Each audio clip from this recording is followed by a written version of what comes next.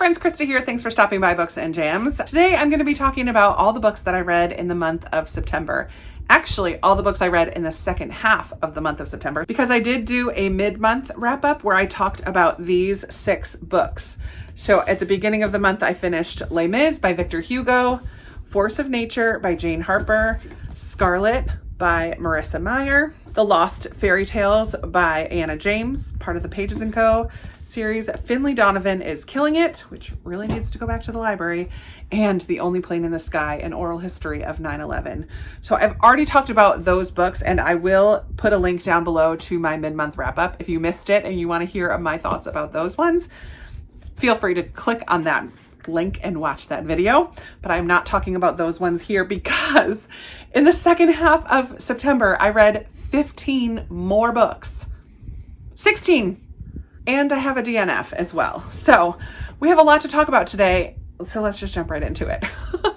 Every month I ask some of my patrons who participate in a Zoom with me, what is a recommendation of a book that they would like me to read. It can be one from my shelves that I already own, or one that they've read recently that they like, or one they want me to read for any reason. I put all of their choices on these little pieces of paper, fold them up, put them in a cup, pick one out, and that's what I'm going to read.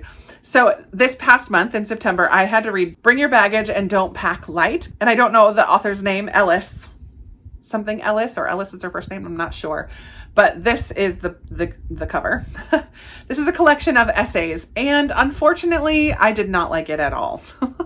It's just a collection of essays about life and friendships as you age, and family. And this author is very energetic and very over the top in a lot of ways. And it just got a little old for me, a little too much. I'm like, sister, slow down. The language was not my favorite, and her tone was not my favorite. And I did finish the collection of essays. There were some heartwarming moments in there, but overall I did not enjoy it, and I gave it 2 stars. I don't mind that it was recommended to me because I never would pick up typically a collection of essays. And so it pushes me out of my comfort zone. It pushed me out of my comfort zone, and for that I am thankful.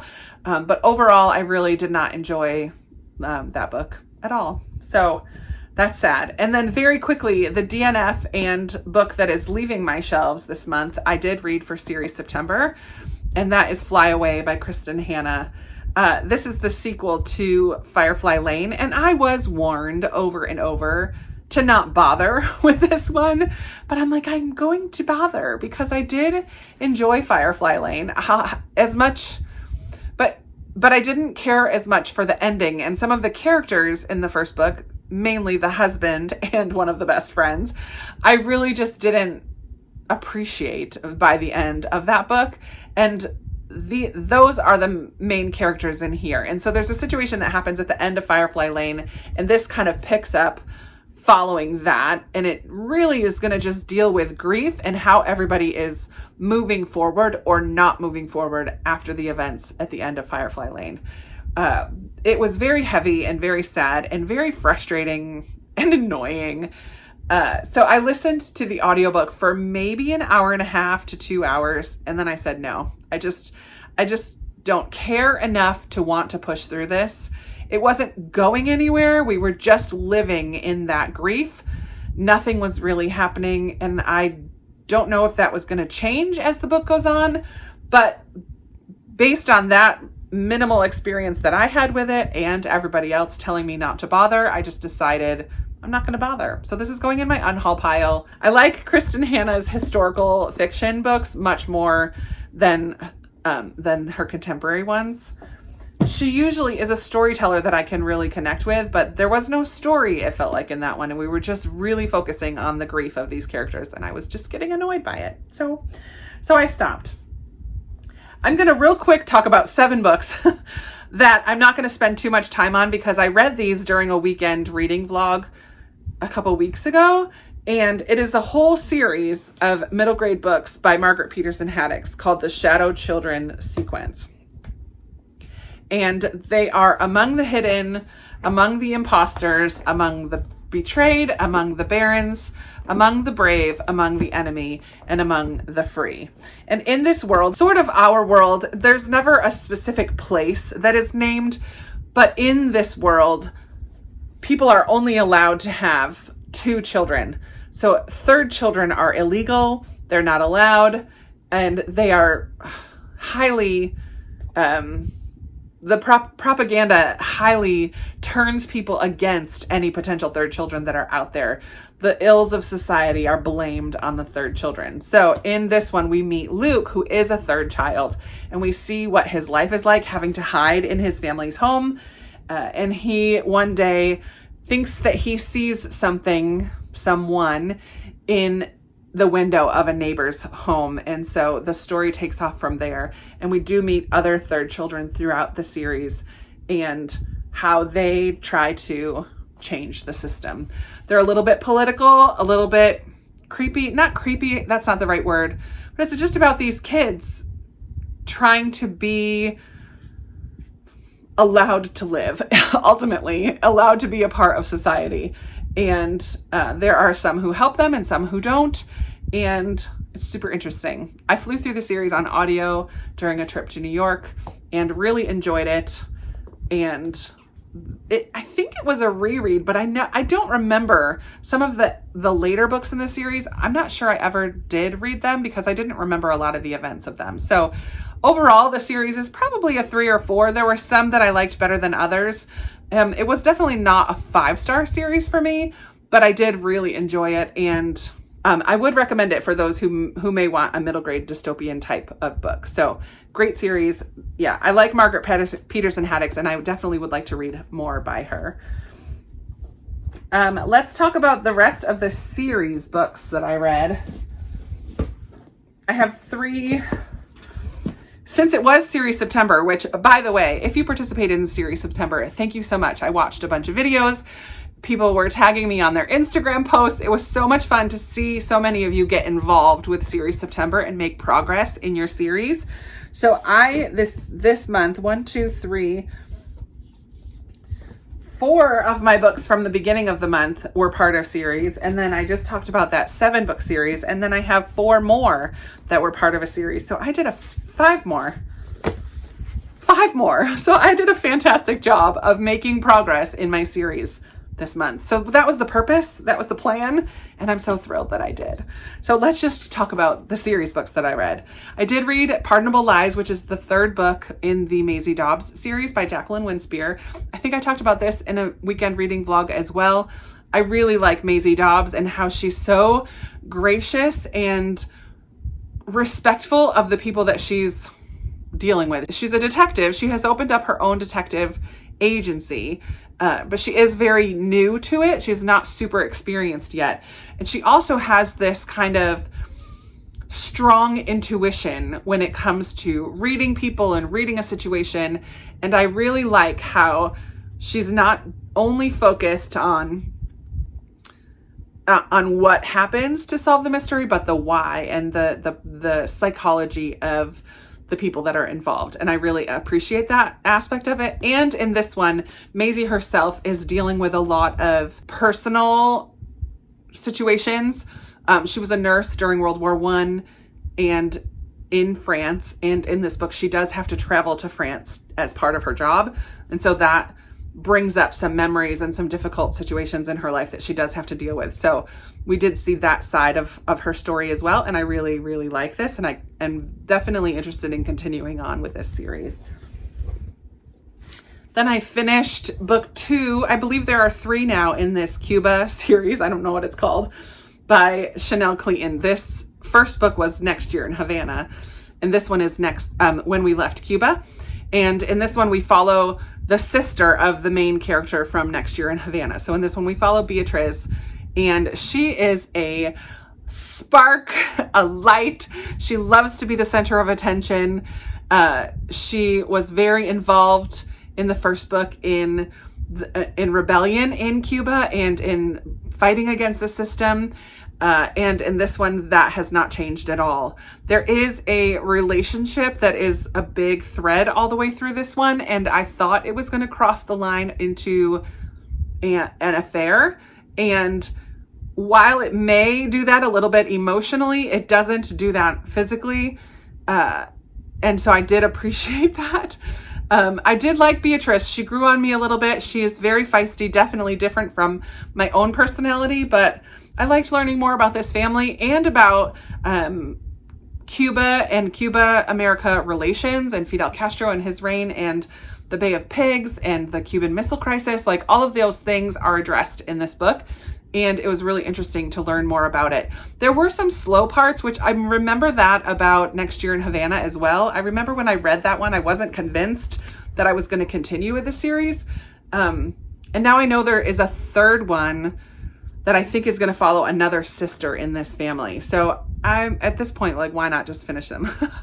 But yeah, I did enjoy this. It was probably a 3-star. I don't remember at the moment, but it wasn't my favorite. Again, similar to Next Year in Havana, but I did read it and I'm glad. And it was interesting. A 5-star. And probably my new favorite in the Three Pines series is How the Light Gets In by Louise Penny. I just love this series so much. This book was fantastic.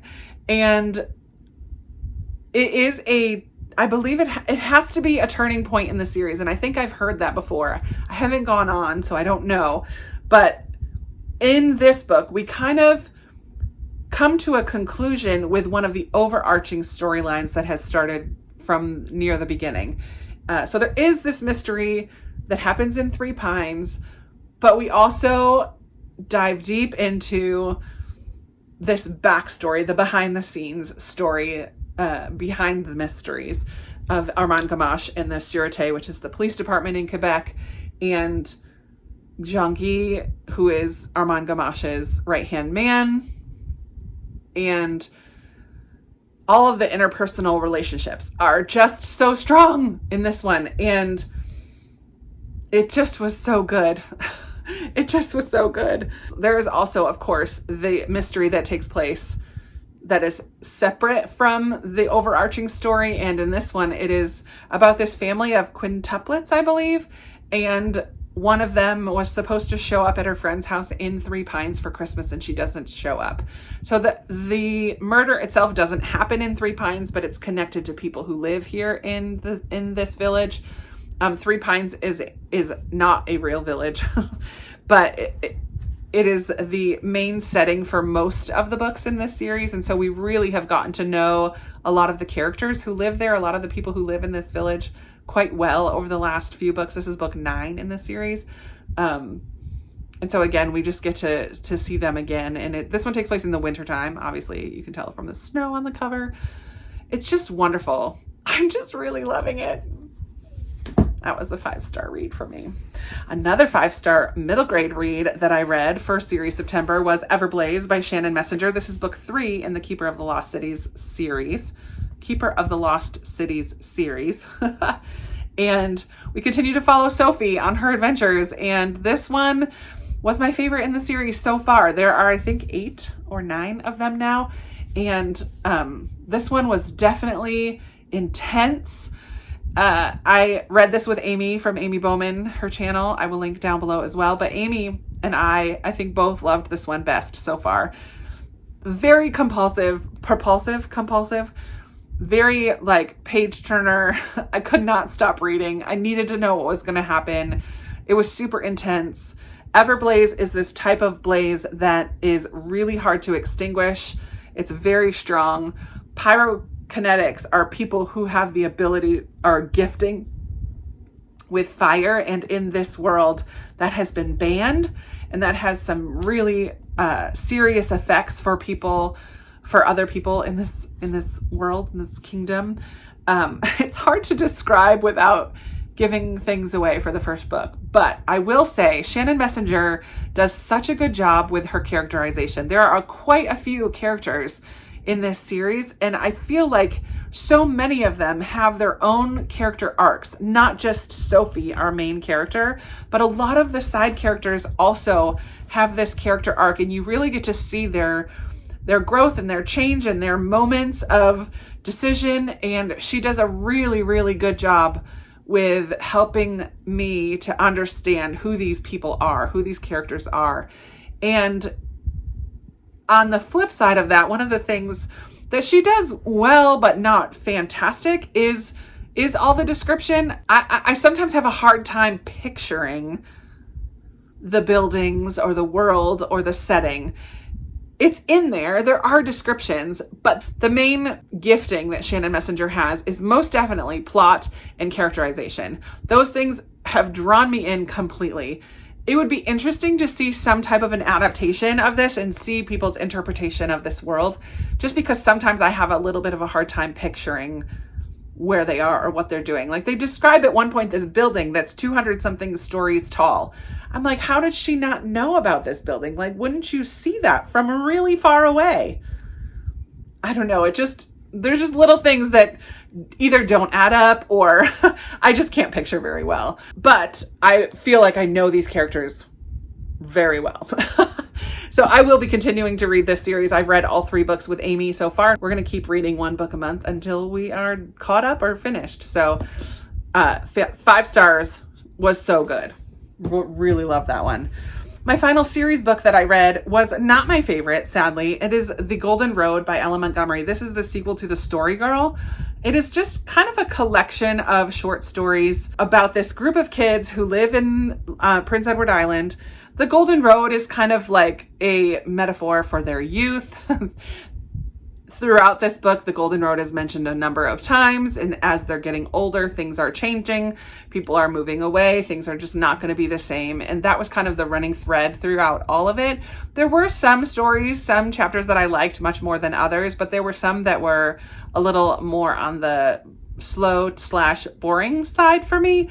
There was one relationship story that I think the narrator learns the story as they're adults. Sarah, the story girl, writes him a letter telling him this story after they've grown and all moved on. And he shares it in this book. And that was my favorite. The story of that relationship of the awkward man and their teacher, or one of the art teacher, I think. And how they got together and how that all developed. It was so precious. I really loved that. I still love Ella Montgomery's writing. I think she does a beautiful job with descriptions and just feeling like cozy and sweet. But this was definitely not my favorite book of hers. So this only got 3 stars for me. And I just have 3 left. One that I'm not going to tell you my rating is The Elephant Girl by Celeste Remington. This is one of my 5-star predictions from my Netgalley that I am doing with Sarah from Sarah's Nightstand and Lindsay from Lindsay's Little Library for their Book List Thursday. This is a book that's on my Netgalley. Actually, I need to write a review for it. Get that percentage up. But The Elephant Girl is about this young girl who, when she is 2 or 3 years old, there's a huge tornado and she lands in the elephant's cage, pasture, whatever, at this zoo and is protected by one of these elephants. They search and search and search for her parents, never figuring out who she is. So one of the zoo workers kind of takes her and raises her. He becomes her legal guardian. And so she lives at the zoo. She has a bit of agoraphobia almost, where she's afraid to leave the zoo grounds. And that gets addressed in the book. There's a bit of a mystery that happens. There was a paranormal element that I really wasn't expecting. It is briefly mentioned in the summary, but I did not re-look at the summary before starting this book. So there was a paranormal element that I was not prepared for when I was reading it. But also her name is Lexington. It's the Lexington Zoo. That's the name that they give her. Lex has this connection with the elephant who saved her life. And is able to actually communicate in a way with the elephant, which is very cool. I just liked the idea of living at the zoo. She has a best friend whose parents also work at the zoo. So they kind of run around and kind of know all the nooks and crannies of zoo life, which was a lot of fun. I enjoyed this for sure. But I'm not going to tell you much more than that because it is one of my 5-star predictions. So I'm glad that I read that one. Got another Netgalley one marked off. And then I have 2 more historical fiction. One that I read at the beginning of the month and actually forgot to talk about in my mid-month wrap-up is The Woman with the Blue Star by Pam Jenoff. This is another Netgalley book. Have I done a review on this one either? I might be able to do a review on this. I might have already done it. I don't remember. This is a World War II historical fiction, and Pam Jenoff is one of the authors that I want to read this year, but I'm not counting this one because I don't own it. And the point of that goal is to read books that I already own. So I'm not counting this as one of my Pam Jenoff books that I need to read, but I am glad that I read it. In this one, we follow a Polish family who, instead of being rounded up to go to live in a ghetto area, or no, they were living in the ghetto, and instead of being rounded up to go onto the trains and be sent to concentration camps, this family and another family are led by a Polish man to escape down into the sewer system in Krakow. I believe it's in Krakow, yeah. So it's about these two families living in the sewers during World War II. And apparently that really happened. There were people who lived, I think it was in, the actual families was not in Krakow. I think it was in, I wish I could remember. Lviv. I don't know how to say that. But it's inspired in part by the true story of a small group of Jews who survived World War II in the sewers of Lviv, Poland. And so Pam Jenoff, moves it to Krakow just to change it up a little bit. But one day, one of the young girls, so it's a husband and wife and their daughter, a teenage daughter, and then another family who are more devout Jewish family. And it's a grandmother, her son and his son. So it's just the three of them and the three. So there's 6 of them living in the sewers together.